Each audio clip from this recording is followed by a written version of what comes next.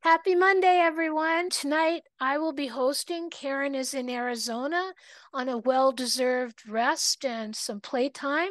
So she'll be back next week. Hey, Dylan. Nice to see everyone coming in. And we have a great topic tonight, one I'm sure that a lot are interested in. I know BC, they're busy trying to kill all your livestock because they're polluting the earth with CO2. The insanity running amok. Let's take a moment, and what I'd like to do tonight is just to show you a little bit or just remind you about our website and what's on there. I'm going to go through both websites.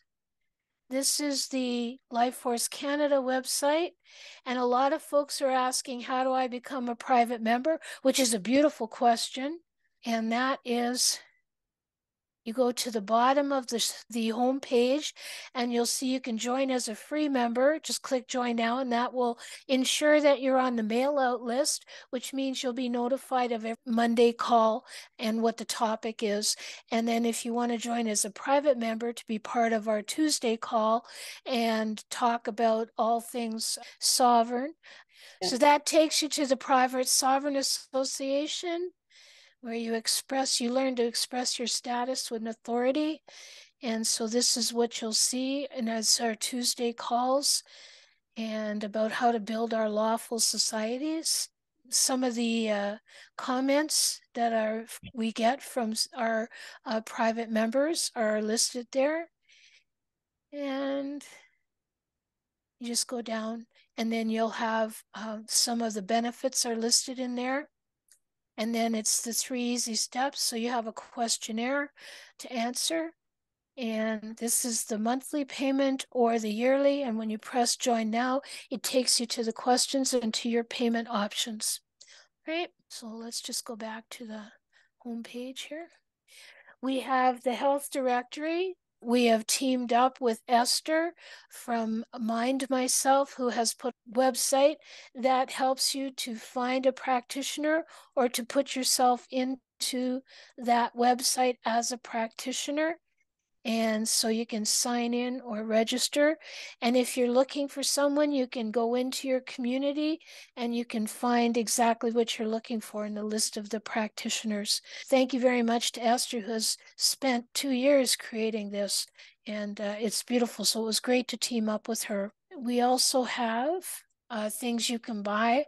List of guardians. These are folks who are supporting in the uniting and rising together to create the parallel society, one of freedom and knowledge. And so these are some of our guardians that we've teamed up with that are there.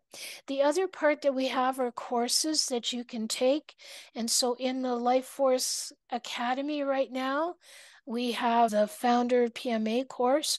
We'll have Sovereign Living coming up. That's a weekend in the flesh, March 9th and 10th, run by Karen and myself. And that will be talking about all things sovereign, and quite a good topic. We've had some great feedback on the first one we ran in Calgary. And then Karen's course, Together We Rise, A Path to Self-Governance. And that is really the heart of all self-governance is self, knowing who you are, overcoming your fears and coping with that, and developing your spiritual or your emotional mastery, which is how you hold your ground when you're being challenged on your sovereignty by any and all that are doing that. And then we have Kat's course, The Law of Attraction, and some from previous groups we've had with Jamie and Shelby on living off grid. Their program is quite interesting too. And then Learning Pods, which is done by Hilla Russ, Woodland, and Michael Fraser. They facilitate this, and it's a fantastic program that I know a lot of folks are taking part in as we remove our children from the programming that is an indoctrination from the schools and the transgender agenda. And then we also have our Liberty platform. And on Liberty, you can find all the videos. We also have our private members in this area as well. So you can join the movement here. If you're a member of Liberty, you just go in and you search for Life Force Canada, and it will take you to this page, and you will be able to access all that information there. All right. So what we're doing tonight is climate truth, fun facts about the climate. And we have a very special guest with us. We have David Hilderman, who is with CO2 Coalition. He actually obtained a Bachelor of Applied Sciences from the University of Regina in 1988, and he's worked in the electronics industry ever since then.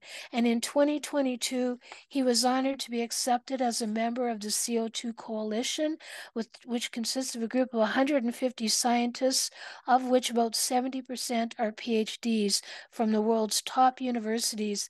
And it includes the 2022 Nobel Prize in winner, Prize in Physics winner John Clausen, and a founder of Greenpeace, Patrick Moore, amongst those on that. And it's a great website. And I strongly encourage you to explore that website. And so David has a presentation for us, which he's going to go through. I just want to remind everybody to stay muted unless you are called upon to speak. And if you have a question, because David is going to give us time for Q&A, which we really appreciate, you just raise your hand, which can be found along the bottom. You'll either see raise hand or you'll see reactions, and you press reactions. There'll be 3 dots that'll say more, and it'll raise hand. The reason you raise your hand is it moves you to the top of the screen, at which point we can then see that you have a question. And when you're called upon, then you unmute and ask your question, and then mute again, please. All right? Because when we're doing the presentation, what'll happen is if you're making a noise, it'll cut across David's screen and you'll be in the shot instead of David's presentation. So we would prefer to just see David's presentation. Not that we don't like the look of you, because we do. We love all our members. However, it's just better to do it cleanly. All right. And so with that, David, I would invite you to take the floor. And we're looking forward to your presentation. Thank you very much for being here. Thanks a lot, Laura Jane. Yeah, and my name again is David Hilderman. Funny thing is my whole life, I totally lived like I wanted to have a low carbon footprint, because that's what I was told for the last 40 years, that we need to do that to take care of the planet. And I just believed, especially living in the West, we have resources, we should be able to do what we can. So that's how I got started into this, but I'm going to just jump into this presentation because I got a lot of stuff to cover. So here we go. Let's get my screen shared here. So climate, there is no emergency. So I'm a member of the CO2 Coalition. The CO2 Coalition was established in 2015 for the purpose of educating thought leaders, policymakers, and the public about the important contribution made to the Earth by carbon dioxide. The coalition seeks to engage in an informed and dispassionate discussion of climate change, humans' role in the climate system, limitations of climate models, and the consequences of mandated reductions in CO2 emissions. So some of the members, just briefly go over. William Happer, he's a professor from Princeton University. Richard Lindzen is a professor of MIT. Patrick Moore is one of the founders of Greenpeace, and John Clausen, who got the Nobel Prize in 2022 in physics for basically he proved that Einstein was wrong in quantum entanglement theory, and so that's what he got the Nobel Prize for. Scaring children about the climate takes away their hope of the future. It is child abuse and should be a crime. That's a quote from Dr. Richard Lindzen in an interview that he just had about a month ago. So this is a quote from a very significant politician of the 20th century. And if people can remember this, they can ask me after my talk who this politician was, because I'm not going to tell you. But this is what he wrote. In the primitive simplicity of their minds, they more readily fall victims to the big lie than the small lie, since they themselves often tell small lies in little matters, but would be ashamed to resort to large-scale falsehoods. It would never come into their heads to fabricate colossal untruths, and they would not believe that others could have the impudence to distort the truth so infamously.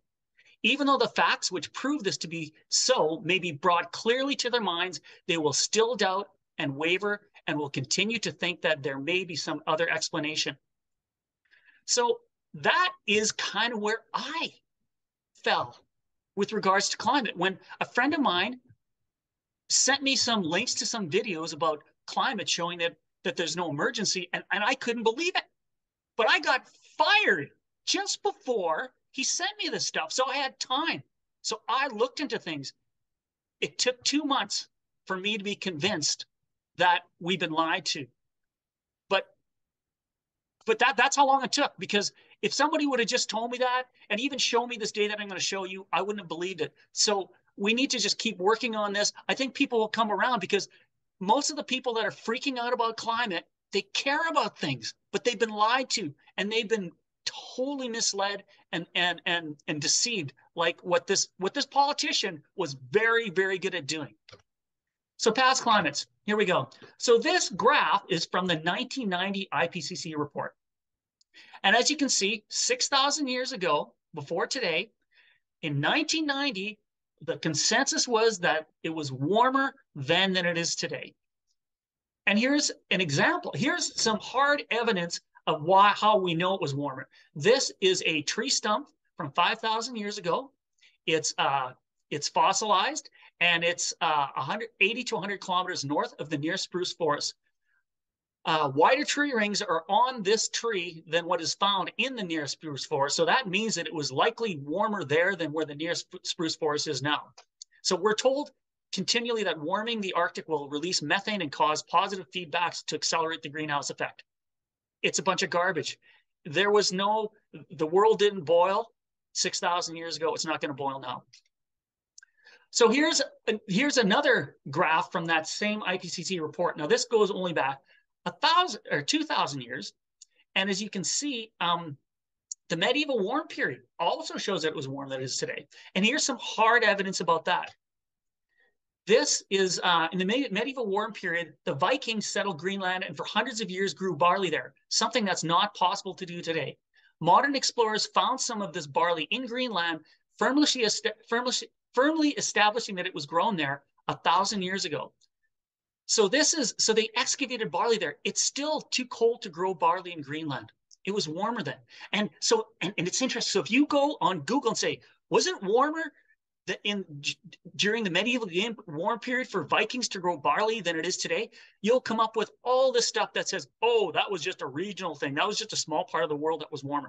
Well, Sebastian Leuning looked at 1,270 proxy studies. Now, what a proxy study is, it's basically, they didn't have thermometers back then. Nobody was recording the climate. So if you look at things like pollen sediments in the bottom of lakes, ice core samples and things like that, or whatever, there's a whole bunch of different things you can look at to figure out, to guess, to make estimates of what the climate was. In this study, he looked at 1,270 proxy studies, and 88% of them found that it was warmer during the medieval warm period than it is today. And this map, you can actually find this map. He has this map, and you can go, it's in Google Maps, and you can go there, you can click on any one of those things, and it'll bring you, you can find the study that he cites. So 88% found that it was warmer then than it is today. So looking back at this graph, as you can see, it gets colder. It gets colder, the little ice age, right? It gets really cold right here. Well, you got to remember, thermometers were invented in the 1600s. Right when it was the coldest, right here, right around here was when thermometers were invented. So when all these climate scientists in the media says that that today it's the warmest now that it's been in history, in recorded history, well, it might be true. But that's because thermometers were invented in the coldest period in the last 10,000 years. So this is a book called The Cultural History of Climate. It's fantastic because it was written, I think it was written in the 90s, and it looks at all these different things about climate. It's full of examples where people suffered or flourished due to the changing climate. It evaluates past climate based on everything, including agricultural records, letters to officials, not just proxy studies like many alarmists currently use. It describes a true climate crisis. In 1601, the peasants of Chamonix turned to panic to the government of Savoy because the glacier known today as the Mer de Glace was growing larger and larger and had already engulfed 2 villages and was about to destroy a third. That is a climate crisis. Warming is not a climate crisis. The medieval warm period was considered a climate optimum, as was 6,000 years ago.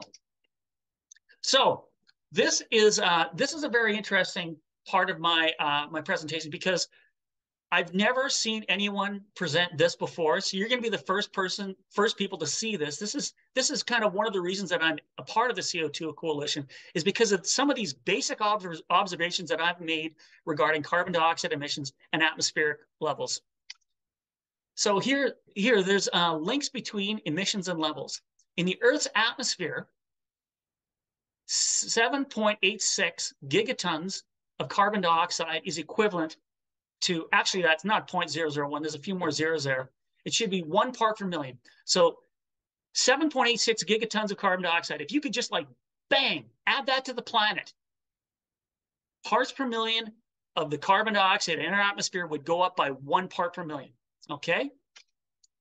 In 2021, we added 36.82 gigatons of carbon dioxide to the planet.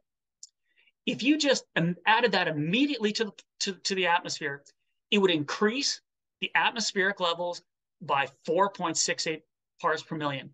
In 2021, the global average CO2 level was 415 parts per million. In 2022, it was 417 parts per million. It increased about 2 parts per million. Why is there a difference between that 2 parts per million and the 4.68 parts per million? Well, on the World Meteorological Organization website, if you do some digging, you can find a study from 2019, and it has this graph.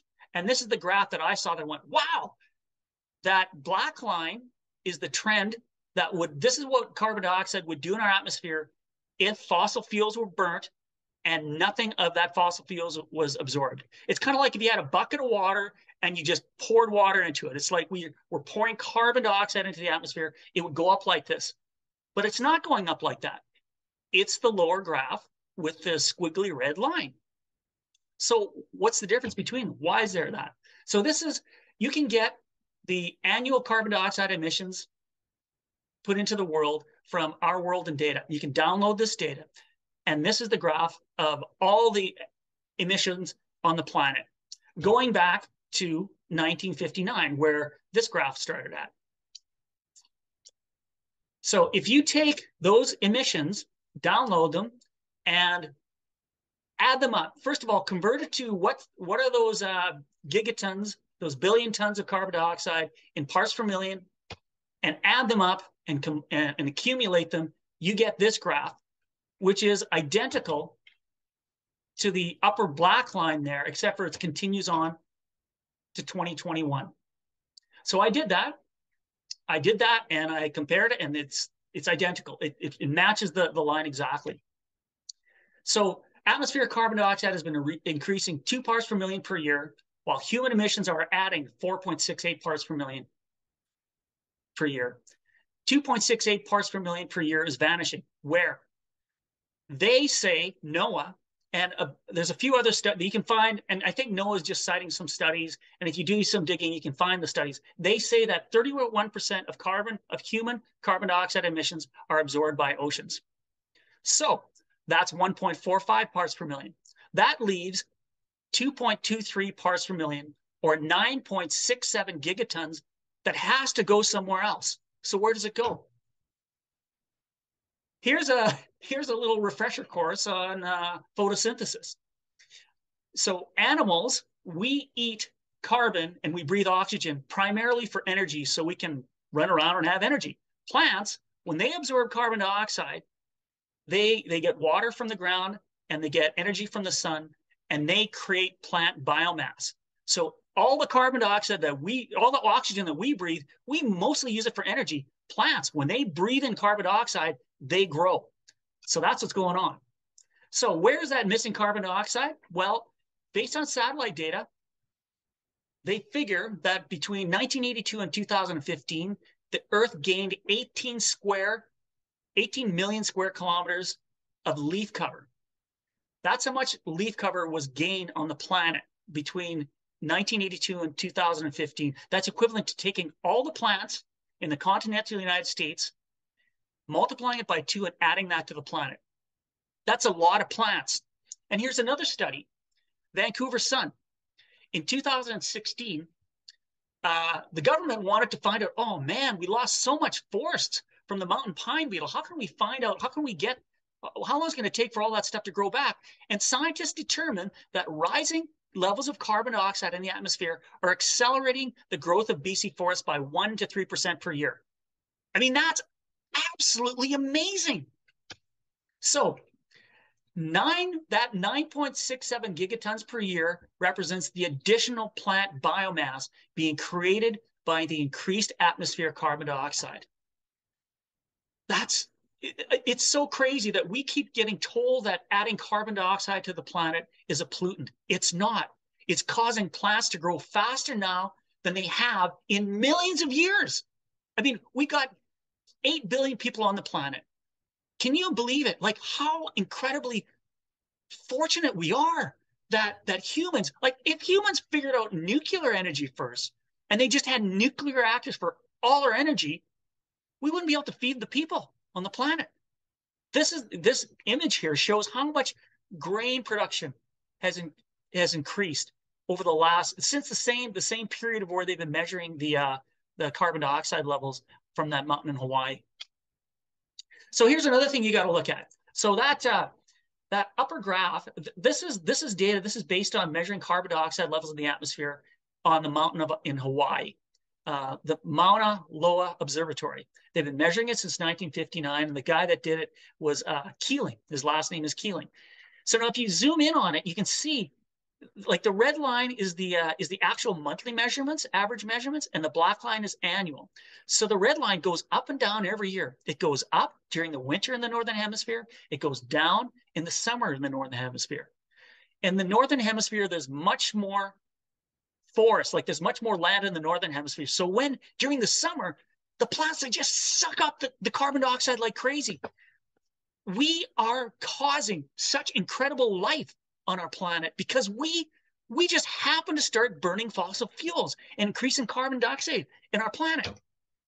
So can a simple equation predict atmospheric carbon dioxide levels from global emissions? So I saw that stuff and I thought, if I just start at 319 parts per million in 1960, and I just take those carbon dioxide emissions from that our world and data, can I come up with a formula that'll match the actual measured carbon dioxide levels in the atmosphere? And yes, I did it. I came up with a formula that does that. I don't know if you can see, but that the image, that the lower line there, it's actually 2 lines. The green line is my modeled line from my formula, and the blue line is the actual measured carbon dioxide levels in the atmosphere. So here's a bit of evidence that shows that my equation's correct. So I did that. I just looked at those graphs, the image, the graph from Mauna Loa, because you're able to download that data. And I manipulated all the data in a formula. And I thought, okay, well, hey, what happens if I stopped all human emissions? And what happens? The yellow line in this graph shows my model output. If you stop all emissions, carbon dioxide levels will eventually settle at 288 parts per million. This is what scientists believe carbon dioxide levels were in our atmosphere before the Industrial Revolution, before we started burning fossil fuels. It's such a simple formula, but it works. So this is what happens to plants at higher carbon dioxide levels. This is a guy named Sherwood Itzo. He did these studies in the 80s, and the ambient level of carbon dioxide at the time was, I think it was 385 parts per million.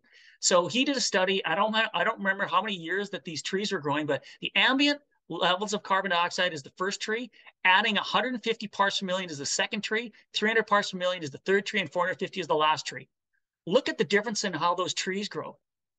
So this is what happens to trees when you increase carbon dioxide. Photosynthesis, is enhanced. Trees grow faster. Plants grow faster with less stress and less water. Forests are growing faster. Stimulates growth of beneficial bacteria in both soil and water. More plant growth means less erosion of topsoil, bigger crop yields, and more and bigger flowers. Less water loss, less irrigation, and more soil moisture.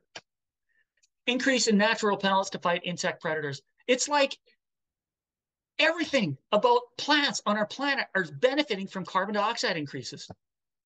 So here's some quotes from Schroeder. CO2 effects. So this is really before people started going crazy on freaking out about global warming. He thought, wow, this is great. Carbon dioxide effects on both the managed and unmanaged biosphere will be overwhelmingly positive, not mind-boggling. We appear to be experiencing the initial stages of what could truly be called a rebirth of the biosphere, the beginnings of a biological rejuvenation that is without precedent in all of human history. Compare that to what we hear every day. Just last night, the CBC, they had a story on how grade 5 teachers, schools aren't teaching kids about climate. They need to be teaching them more about climate and what we can do to help the climate. Oh, it's terrible. So this is a graph. If you go to Our World in Data and you download carbon dioxide emissions and you plot it from 1820 until 2020, and you also download extreme poverty, and you take the invert of it, you plot people not in extreme poverty, the not in extreme poverty maps exactly with carbon dioxide emissions. It's because when you bring people cheap energy, and when you bring them energy at all, they get out of poverty. You got to think about it. People that don't have access to energy are using hose. They're using manual labor to till the soil and do all these different things. That's what energy does to people's lives. And that's what our world is. They're trying to stop the third world from, especially Africa, from utilizing their fossil fuels. So I think that's it. Now, here I'm getting into the greenhouse gas effect. I'm going to go over this really quick. So the red sort of curve there to the left is those curves are what's called the oh man, what's this curve called? The Boltzmann, I can't remember what the thing is called, but it's basically when you have something that has a temperature, it creates radiation. So I don't, if you've ever noticed that when you go to buy fluorescent lights, they have a color. They have like the color is 6,000 Kelvin. Well, 6,000 Kelvin results in emitting light, emitting electromagnetic radiation. And 6,000 Kelvin corresponds to one of those curves. And that gives you an idea. Is it like a whiter color?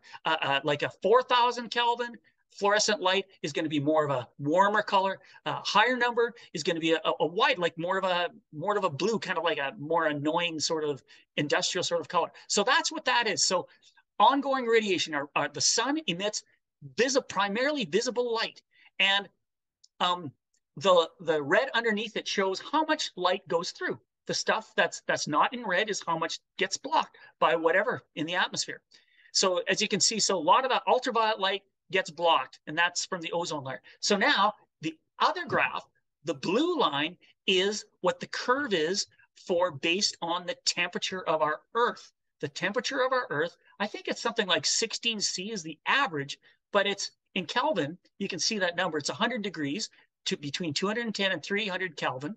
And so those three lines are shown depending on what part of the Earth you're looking at. That's the color. That's the curvature of what our Earth would be emitting as a black body. And the white stuff, the white part underneath that is the amount that is getting through, and the blue stuff is that's getting blocked off. Anyway, I will show you another graph. So this graph, this shows you the top line is the curve based on the average temperature of the Earth. So that's the curve, the frequency of light or of the radiation coming off the Earth without anything absorbing it. And the black line is what is actually getting through, okay? And as you can see, some of the stuff is being blocked. So the black line, there's the stuff that's being blocked, and all the different H2O, CO2, and CH4 and H2O, those are the things that shows what is the primary thing that's blocking those different parts of the radiation. Well, if we double CO2, I don't know if you can see, there's a red line is what would be the spectrum that would be blocked if carbon dioxide was doubled. And it's very little. It hardly changes at all because carbon dioxide effect can't really affect our atmosphere much more. It's almost completely saturated. It's like if you painted a barn red with one coat of paint, it looks totally red. If you added another paint, it's not going to change the color much because carbon dioxide has already done everything that it pretty much can do. It's hardly going to change anything at all. So that's the greenhouse effect. Now I'm going into sea level. So sea level rise is the biggest threat to humanity from global warming, and that so much of the world's population lives on the coast and not much above sea level. Sea level is the thing that I really dug in deep with, because temperature is a difficult thing. There's thermometers all over the world. I don't know, like somebody tells you this, somebody tells the temperature is doing that. I don't know, maybe it is. I don't know. But the oceans are all connected. So if sea level rises, if the sea level was starting to rise at a faster rate, we should know it because it rises the same everywhere else. So this is post-glacial sea level rise. After the last glacier, the sea level has risen 120 meters, and it's still rising from the glacier. So this is the graph that really got me going. This is the sea level measured in the Victoria Harbour, right by where I live. And as you can see, it hasn't really changed. They've been measuring the sea level there hourly for the last 110 years. They measure it hourly because it's very important to have good records of the sea level for maritime navigation. And as you can see, there's no acceleration. So I got to tell you, so I ran in the federal government in the last election. I ran for the People's Party, and I had this graph, and I was going around, I was showing it to people, and I showed up at somebody's house in Sydney, and he said, "You're lying, you're lying." And I went, "What do you mean I'm lying?" Well, he said, "You can't, it's totally accelerating. The sea level is accelerating, it's accelerating its rate of rise." Well, what do you mean? This is the data from NOAA. He goes, "Yeah, you're lying. There's acceleration. You're just not seeing it. There's a lot of noise in the data." Well, anyway, I'm going to get into that later, but it's not true. So here we go. Sea level measurements. Keeping accurate sea level measurements is crucial for maritime navigation. So yeah, they've been measuring sea level hourly. And if you go to the NOAA website, you're going to see different rates of rise and fall. And that's because the land is rising and falling at different rates all over the world. So this is the relative sea level in Churchill. This is an example of rebound of land from past glaciers. There was a few kilometers of ice above Churchill, during the last ice age. And now that it's gone, the land is coming back up. So sea level is falling 9.21 millimeters a year in Churchill. And this is an example of the sea level that's rising fast. And that's because the land is falling. And the land's falling there because it's subsidence of land due to water extraction. They use groundwater like crazy there, and it's causing the land to fall. So if you can find this on the NOAA website, and it says, when you look at the graphs give an indication of differing rates of vertical land motion, given that the absolute global sea level rise is believed to be 1.7 to 1.8 millimeters per year. So that's globally what it's doing if you took an average of them.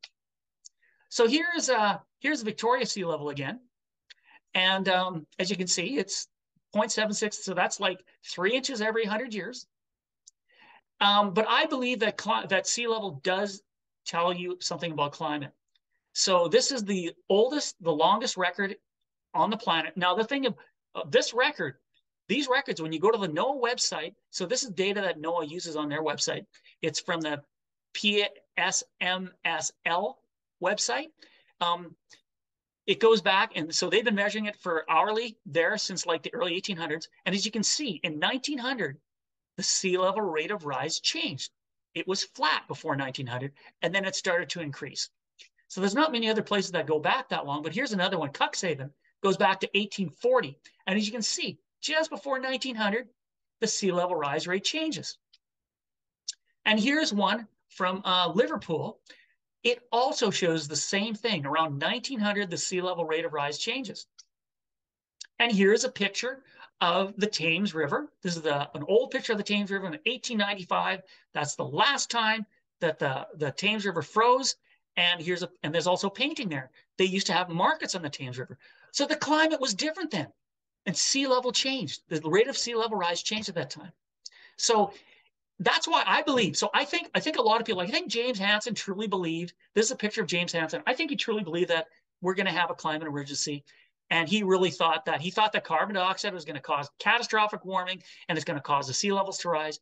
And he said after his presentation to the Senate in June of 1988, he met with a journalist and he told him that the journalist asked, so what's New York going to look like in 20 or 30 years? And James Hansen said, well, parts of Manhattan would be underwater. Well, this is a graph. This is an image from the NOAA website. They have a regional scenarios tab. If you go to their sea level trends thing, you can go to some sites in the US. They have a regional scenario and they have predictions of what they say sea level is going to do. Well, in October 2021, I went there and I saw this graph and I thought, hey, that's great. I'm going to take a screenshot of it because look at it's not increasing like they said. Yay. All right. See, they're totally out to lunch. Well, this is what the graph looks like now. They moved ahead their acceleration of sea level by 25 years. And this is what our governments are using to come up with public policy. So this is a GIF of let's see, hopefully the GIF works. Is it working? It should be changing. Yes, it is. These are different sea level rise rates in BC. See, some are going up, some are going down, but it's very, very little, right? Tofino, the sea level's falling every year. Victoria's going up. In fact, of these sea level records, Victoria's the sea level is rising almost the fastest in Victoria of anywhere in BC. Great. So, but even so, UBC has created their Coastal Adaptation Lab to try to figure out public policy for how BC can deal with half a meter of sea level rise by 2050 and 1.2 meters of sea level rise by 2100. And that image that's there, they say this is an image, this is an artist's rendering of how they feel False Creek, by the I don't know what they call it, that golf ball, the science center. This is what it's going to look like with half a meter of sea level rise by 2050. It's totally ridiculous. This is what the sea level would have to do in Victoria starting in 2020 because it hasn't accelerated. In fact, the last few years have actually been lower than normal. This is what it would have to do. It'd have to just completely jump up by 16 millimeters a year to make it to half a meter by 2020 or 2050. It's absolutely ridiculous. So, I mean, I mentioned to you when that guy told me that I was lying because he was actually a climate scientist that worked at Banfield. So I thought after I met with that guy, I thought, okay, well, I'm going to take a detailed look at Victoria sea level. And I downloaded 110 years of the data and I downloaded hourly data. So thousands, I think 900,000 data points. So, but this is if you look at the monthly averages, averaged a rolling average, a 1 year averaging of the monthly averages. This is what you get. This is a 5-year centered moving average. This is a 10-year center moving average. And this is a 20-year center moving average. There's no acceleration. There's absolutely no acceleration. There hasn't been any in 40 years since they've been telling us that we're going to have catastrophic sea level rise. We're still believing them. And so I wrote Metro Vancouver because they have their climate action plan. They say we've got to protect their coastal communities from catastrophic sea level rise. This is the data that they have for that. They say in Vancouver, they say it's going to be 1.89 to 1.03 meters of sea level rise. So that they're not saying between 0.053 and 1 meter, because 0.053 is what that's how much the sea level would rise. It would rise 5 centimeters in Vancouver if it continued rising as it is right now, not 0.89 to 1.03. It's totally ridiculous. And they send me this data. Doesn't that look a lot like the data from the NOAA website? It's total garbage. So this is when I downloaded the hourly measurements, I also thought, well, we actually really care about high tides, right? We got 3 meters of tides here in Victoria. We just kind of care about when it's a high tide. So I downloaded the data and I got monthly high tides and I plotted that. And it turns out that I found this pattern. I found this, every bunch of years, it kind of goes up and down. The tides are more extreme. And it turns out that there's a lunar cycle of 18.5 years. So that's that. And that's it. That's it for that's my presentation. So I'm going to stop sharing right now. That was actually terrific. Thank you very much, David. It made sense, and having lived in Sydney, I really hear what you're saying. I remember going out to the docks and watching, and I went, they're saying it's higher, but to me, when I look at the marks on the wharf, it seems to be lower. Yeah, it's not. It just hasn't changed. No. Vancouver's sea level is rising 0.53 millimeters a year. So that's 5 centimeters every 100 years. Mm, It's so ridiculous. yeah. And I don't think the elites would be buying up all this beautiful shoreline if they actually believed that it was going to overtake their property. Well, when I ran for the federal election, I met some other politicians from other parties. Many of them know that it's a scam, but they don't say anything. They Right. think that because the media has gone so hog wild, that it would be political suicide to let know that they think it's garbage. Even Harper, one of the people that I met with, said that Harper signed on to the Paris Accord because he get he gets slammed from the media. Well, they can't do that. They got to stop this. If they're doing things, even though they know it's garbage for political reasons, they're going to hurt us so badly. Well, that's been the pattern, isn't it? Yeah. Yeah. And one of the reasons I think for the climate hoax that we're living through right now is that it's the man-made climate change, which means that that's an opportunity to make man feel guilty. When we feel guilty or responsible for harm, that's when our frequency goes lower and we are not in a higher frequency, and therefore more we can be manipulated or controlled more readily by those that feel that they have the authority to do that. I think the plant growth thing is the most absolutely wonderful. Yeah. Like it's incredible. Like like it's absolutely amazing. Like plants are growing faster now than they have in millions of years. I just I just saw another study that, oh no, it's been 14 million years since we've had carbon dioxide levels the same level that we have now. And they made it like it's this terrible thing. But if that's true, can you imagine it? Every plant on Earth is growing faster today than they have in 14 million years? It's unbelievably good. Well, not for their agenda. They don't want us to have food security. Yeah. Such a lie. So many lies. I know in the chat there was some asking if you were going to make your slide deck available. Yeah, I can totally make it available. Yeah. Um, Here, let me. Super. I can actually do it right now. Let's see if I can figure that out. You can put it in the chat. Jacqueline, hi Jacqueline. You have a question for David? Hi, Laura Jane. Nice to see you again. Nice to see I, you. Yeah. I don't really have a question. I just wanted to say thank you so much, David Hilderman. This just confirms every thought that I had, and I love your joy around it, and the rising sea levels or rising and falling along the coast of Vancouver Island. That's brilliant. That's brilliant. And like you said, you were bringing these up as points in your campaign. Yeah. Uh, and what was the general reaction from the audience, or were you even given it a chance to talk Oh about it? yeah. No. So when I went door to door, I met multiple people. I met a few people that said, "Oh, I know Elizabeth May quite well. Really? Is this really what the sea level's doing in Victoria? No, you real no way." Like they're shocked.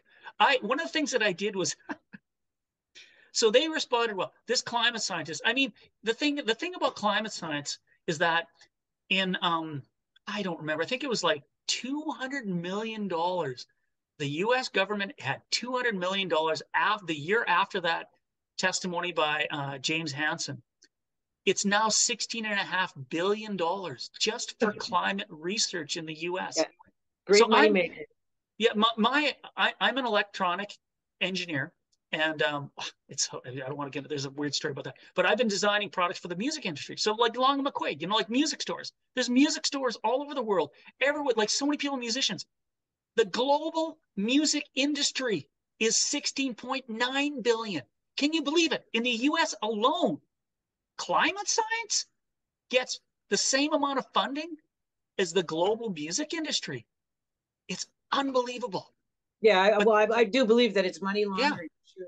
I yeah. just really appreciated you putting this together and those charts, and it's just so overwhelmingly conclusive.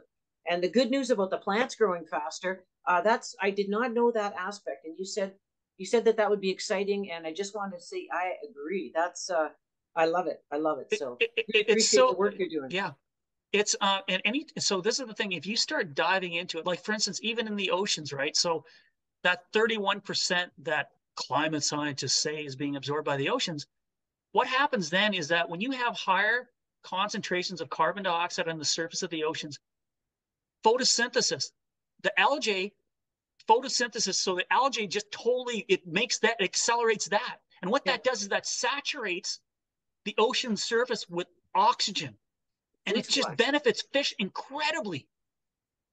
Like it's unbelievable Oh yeah, I see what you mean. how That's another good. amazing. Like the more you dig into it, it's like it's incredible. And yet our politicians keep saying that carbon dioxide is a pollution. You know why? Because they think we create pollution. They want to get rid of us. I hate it. But I think that's what it is.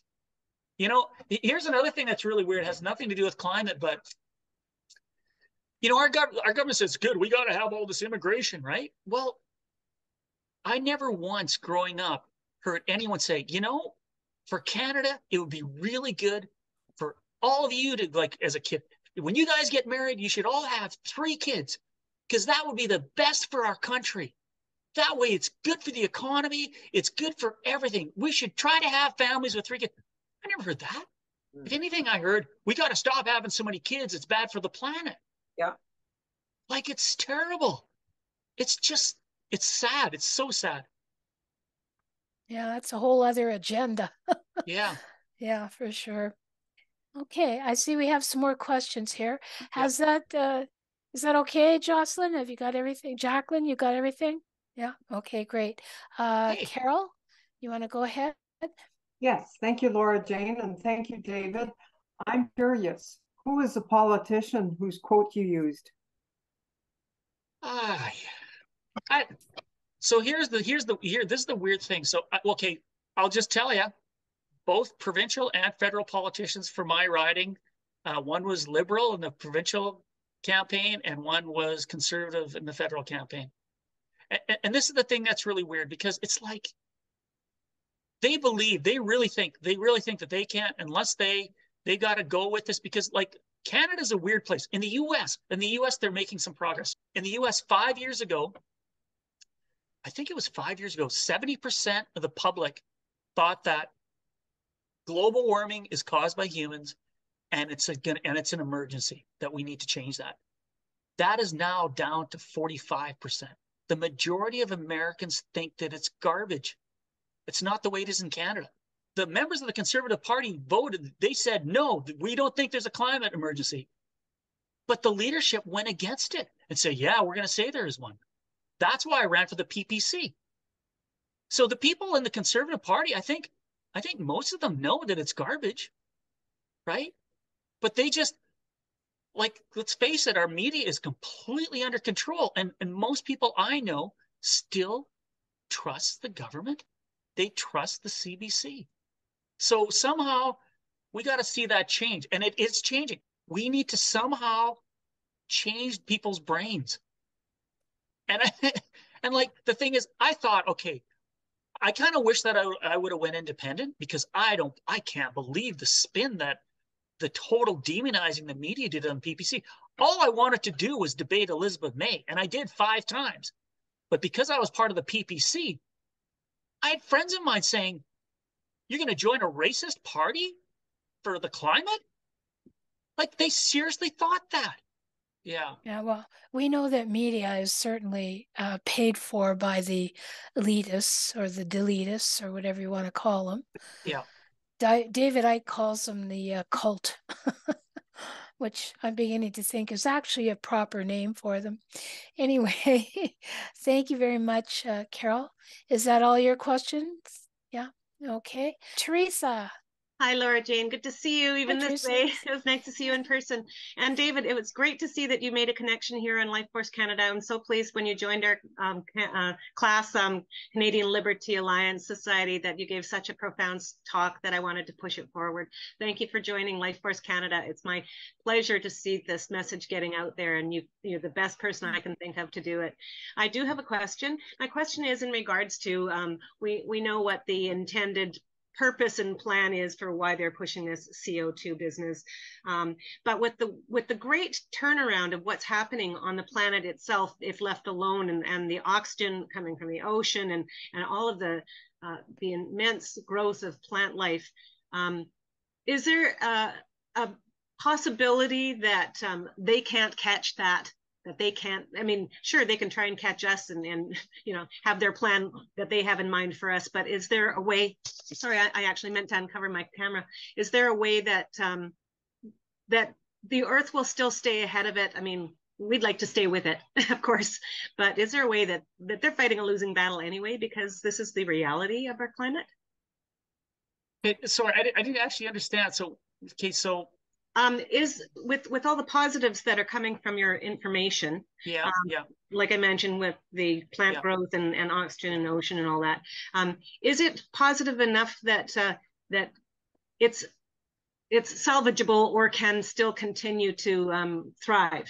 So so I think that there's absolutely no way that any government that's not totally corrupt. So, for instance, the Indian government, India's got 1.2 billion people. They are going to increase their carbon emissions are going to keep going up, and they're going to probably surpass China's. And China right now has over half the carbon emissions of the entire planet. India is going to do that because, I mean, they're going to get nuclear for electricity, but electricity is only part of the use of energy. India is going to do the same thing. Carbon dioxide emissions are going to keep going up. The thing that's interesting, that model that I had, you can model whatever you want in that thing, and it's absolutely amazing how accurate it is when you look at the past climate. So past carbon dioxide emissions to what the levels are. I modeled if the Earth continued to industrialize and continued to increase carbon dioxide emissions to get to the point where it was 70 billion tons a year. Right now it's at 36 billion tons a year. So that's India and China. And basically, I think it might even go higher than that for the entire third world to industrialize. Because the higher the carbon dioxide levels, the faster plants grow and the more they use it. If the entire world industrialized and carbon dioxide emissions stayed at 70 billion tons a year, carbon dioxide levels would end up settling at about 700 parts per million. And I think that's what's going to happen. The thing it's so, okay, have you ever heard of the organization called 350.org? They're one of the biggest anti-fossil fuel organizations in the world. They've actually got a 350.org Canada. They have a Canadian part of it. They got them in Europe. It's in the US. It's huge. Bill McKibben started it.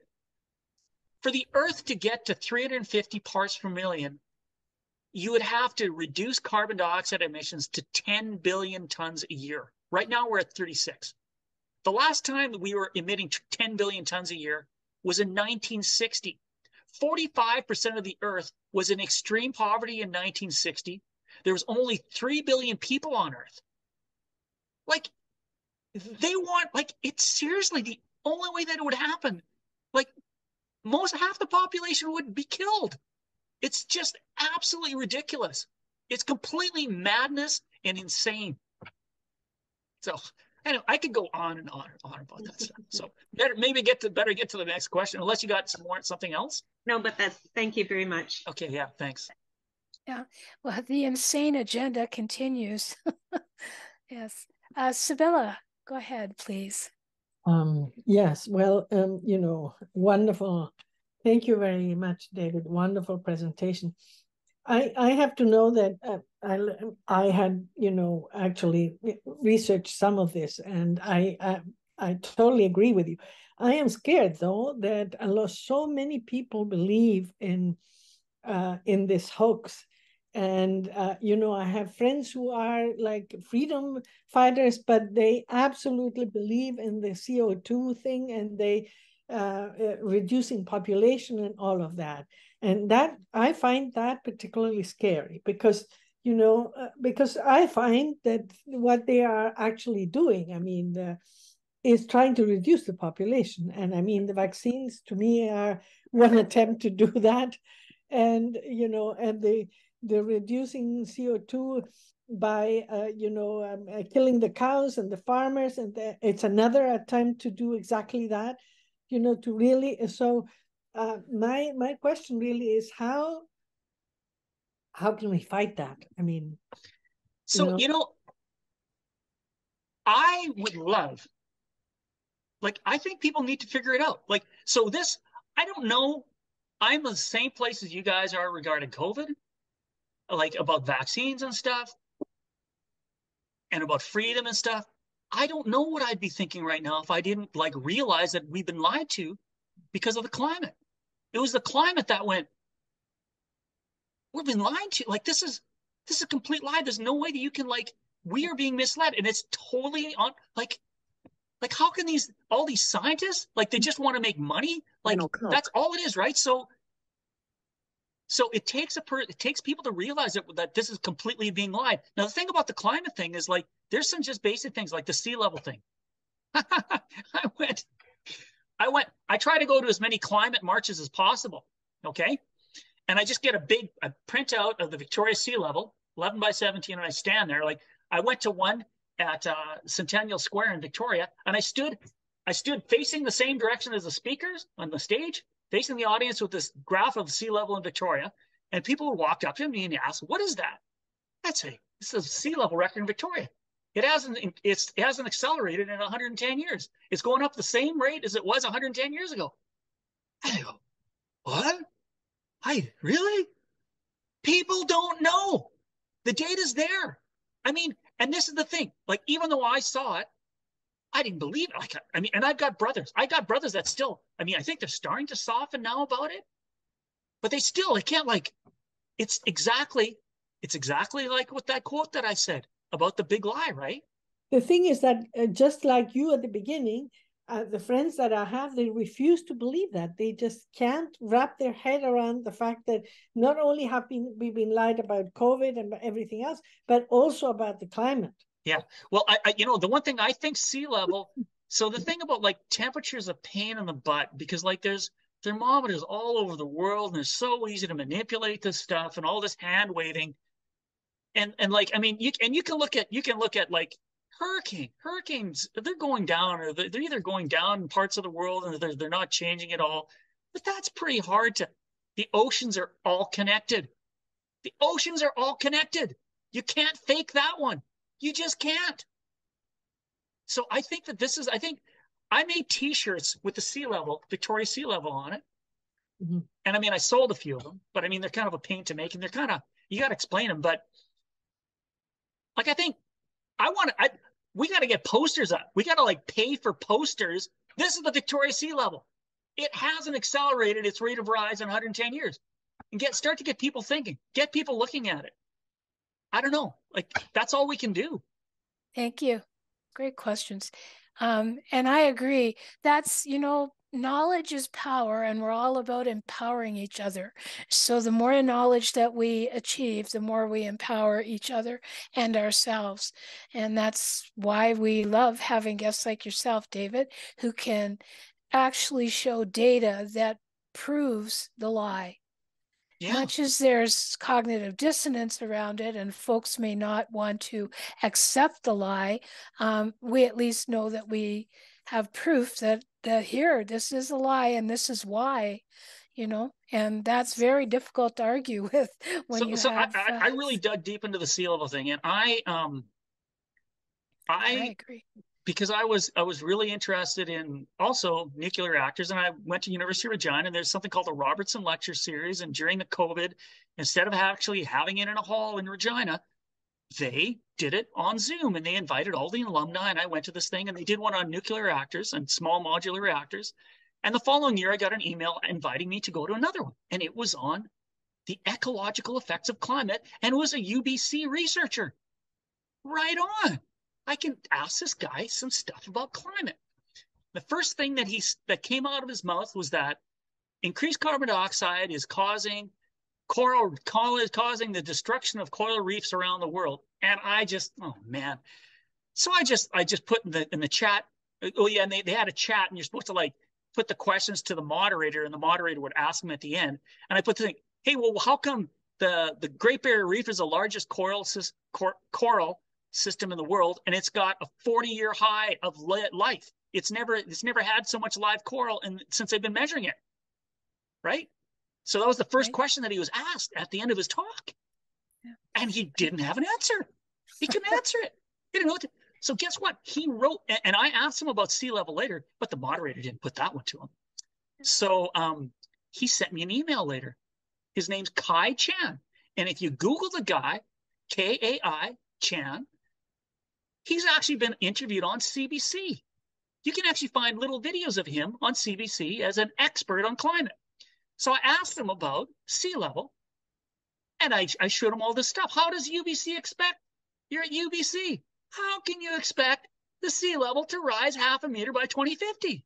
Look at this. It can't happen. And he says, oh, we expect it to be a catastrophic big jump in sea level rise from Antarctic ice shelf collapse or Greenland melting. So then I've sent him data about how Greenland ice mass balance isn't outside the norm at all. They gain ice every year in Greenland.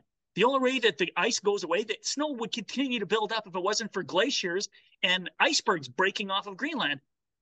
And Antarctica had 2 years in a row with low temperature records. The lowest temperatures ever recorded were in 2021 and 2022. And he didn't know what to say. He couldn't answer. He said, well, you should maybe put yourself out to be a reviewer of the IPCC on sea level. And then he forwarded it to another expert, and the expert never answered. They can't answer it. Yeah, because the answers don't coincide with the narratives. Yeah. That's why. Yeah, but that's what's scary, that so many so-called experts are, are convincing people that they are experts and this is the truth. Yeah. Well, that's where we got to find simple things that you don't have to be an expert. Anyone can go to the NOAA website and they can do what I did and look at hundreds and hundreds of sea level records to see if they can find any acceleration anywhere in the world, and they won't find it.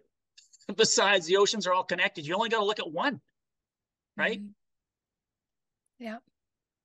When I lived in Hawaii, I remember them saying about the coral and the small little islands disappearing and all of that. And I thought, well, that's normal. If you look at the history of the Hawaiian Islands and how they're built, it's actually through volcanic action. It's not through coral. And so, they weren't taking that into consideration either. So it was very crazy. Anyway, we have some more questions here for you, David. Oleg, you have a question? Yeah. Thank you, Laura Jane, for giving me a chance to speak up. Thank you, David, for your presentation. My origin also a little bit in science, and I've been close to the North Pole, as close as to on the 82nd degree of the North longitude. I recall some concerns from the Aboriginal people that live in Northwest Territories in Canadian Arctic, that they kind of complain that the water is, the ice are melting and they cannot survive anymore. What would you say about that? The ice was all melted up there 6,000 years ago. It was natural. And how they survive, because they do all depend on the seals. Well, see, yeah. So the thing about that, though, is that those people were all nomadic. They would just move to wherever they had to move to.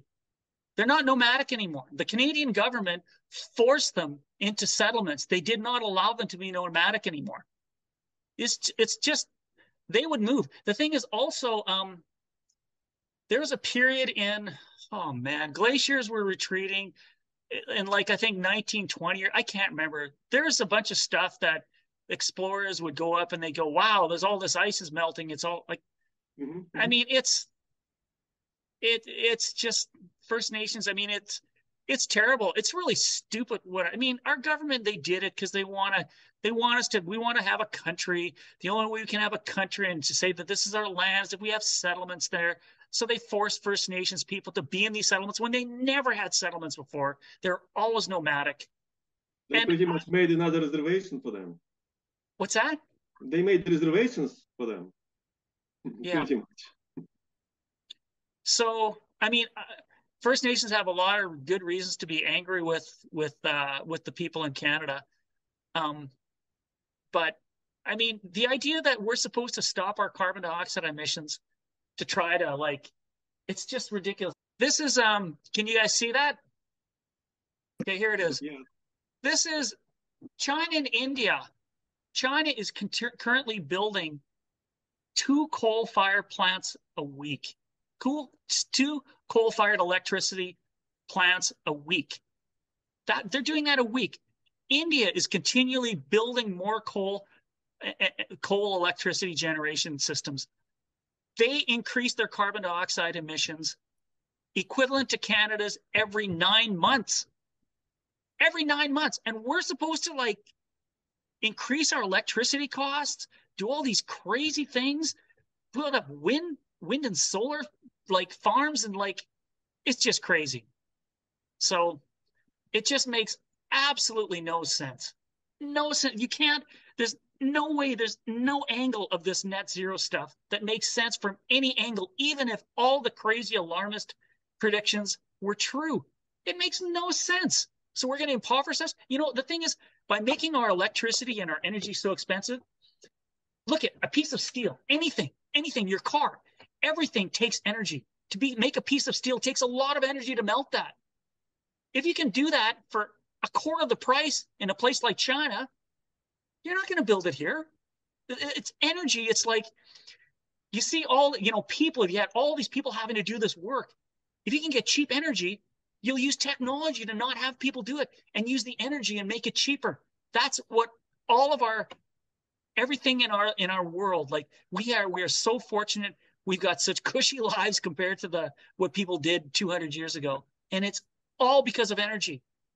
And we're pushing everything that we did to places where the energy is cheaper, which is right now China. Thank you, David. Makes sense. Well, on the good side, if we are pushing it there and they're increasing the carbon emissions, it'll mean that our plants will keep growing. Yeah. And be more prolific. Yeah. But it's absolutely true. But nothing makes sense. That's what the issues are now. If you try to make sense of this world, you literally will drive yourself crazy because there's nothing that makes sense. No policies, nothing that's coming out. And it can't make sense because it's all a lie.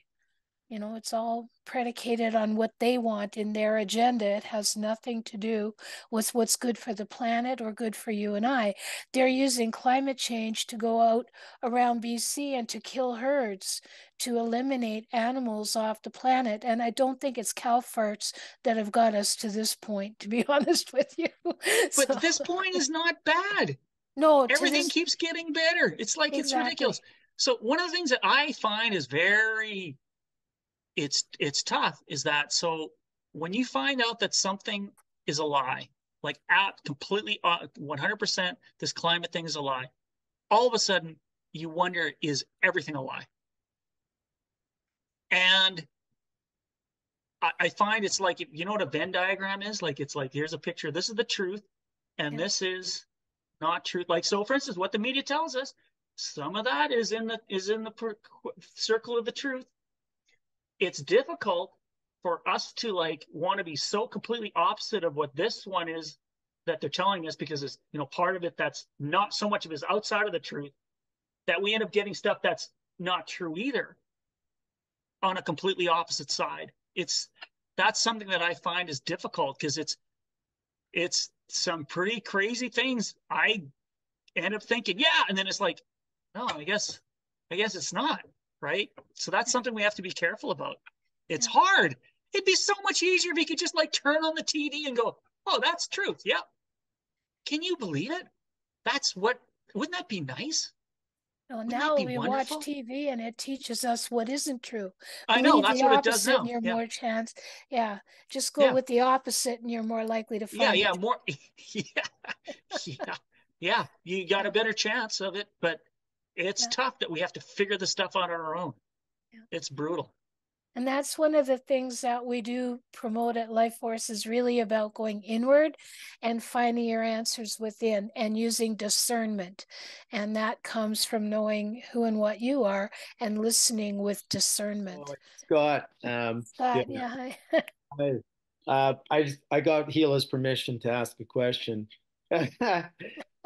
Really great presentation, I got to say. Well done. I went down this rabbit hole myself some years ago, like say back in 2010, 11, when I was trying to figure all that stuff out and got into heated debates with a friend of mine who was an avid greenie.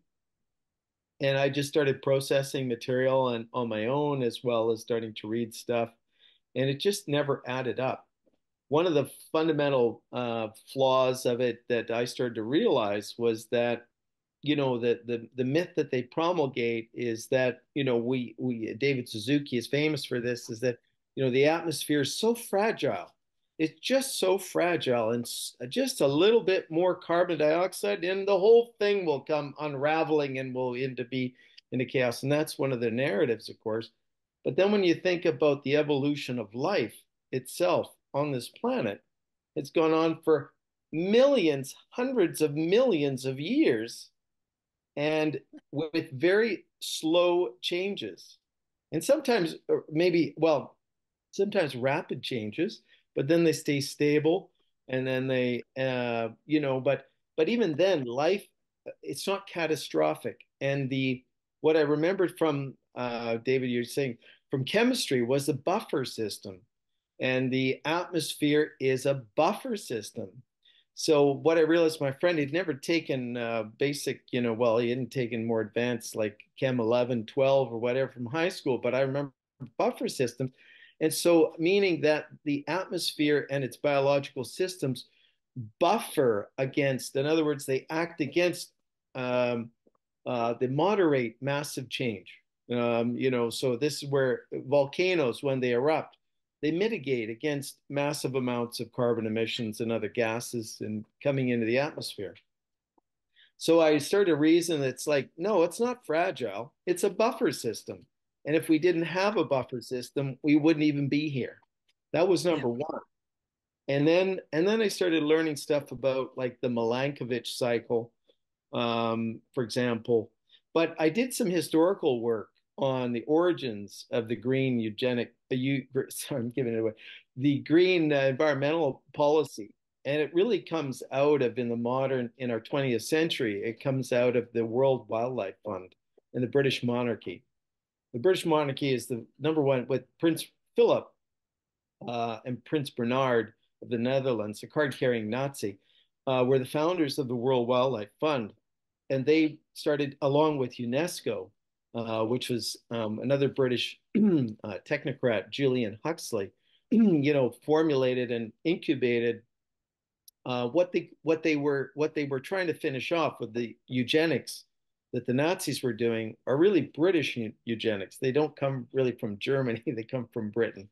And they were first practiced in the United States under the American eugenics program at the turn of the century. If you look up fitter families and the like, the Rockefellers promulgated eugenics, and it was very popular. Actually, it took off. It was sold to us as the way forward for human engineering. And even our founding father of healthcare, Tommy Douglas, was a proponent of eugenics. He wrote his master's paper on eugenics, but he had to recant on this, and we didn't rescind eugenics kind of policies, for the handicapped and sterilizing them until about the late 60s, even, right? Where we realized, no, that's not the way to go. That's immoral. A lot of this comes through the ideology, like I say, of the British, what we call the British Empire, the British elite, through various think tanks they set up, the Royal Conservancy, and UNESCO. So even Julian Huxley, said, they want to carry on the promotion of eugenics, but they couldn't say that word because after the war, people had discovered what had gone on in Germany, and so the word was a dirty word. So it became subverted into the green environmentalism. That became the new eugenics policy, and that's exactly what it is. It's a eugenics policy to kill off have it die off, a killing, a strangling of the fossil fuel industry, and advancement of science itself. It's also taken into killing the nuclear energy sector as well. Yeah. Club of Rome. There's a few big major books from the Club of Rome that talk about exactly that. Like, we need to have a reason to reduce population, and the climate is there's a book that actually says that we can use the climate to reduce population. Do you get control over people and stuff like that? Thank you very much, David. So go ahead, Elwin. You want to unmute? Yep. Thank you very much, David. Absolutely spot on. And yeah, if you have some contact info or other information for us, that'd be awesome that we could follow along with and follow up, because all the points tonight were just valid.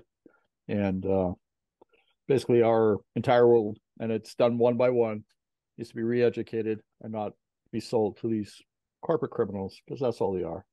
And we have a good planet, and we can still turn everything around. We don't need their inputs or their agendas, whatever. The people from Davos, Geneva, whatever, they're just full of it. So or anyway, their permission. Exactly. And people just need to stand on their own 2 feet and make it count and wake people up. And those that don't, well, that's their problem.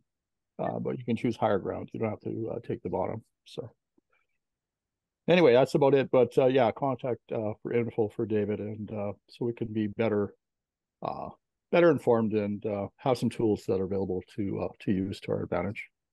The CO2 Coalition, they've got their whole purpose of existence is to educate people. I recently, there's the North Cowichan municipality asked, hey, can we publish some of the information from the CO2 Coalition in a local paper? And they came back and said, absolutely, it is completely free.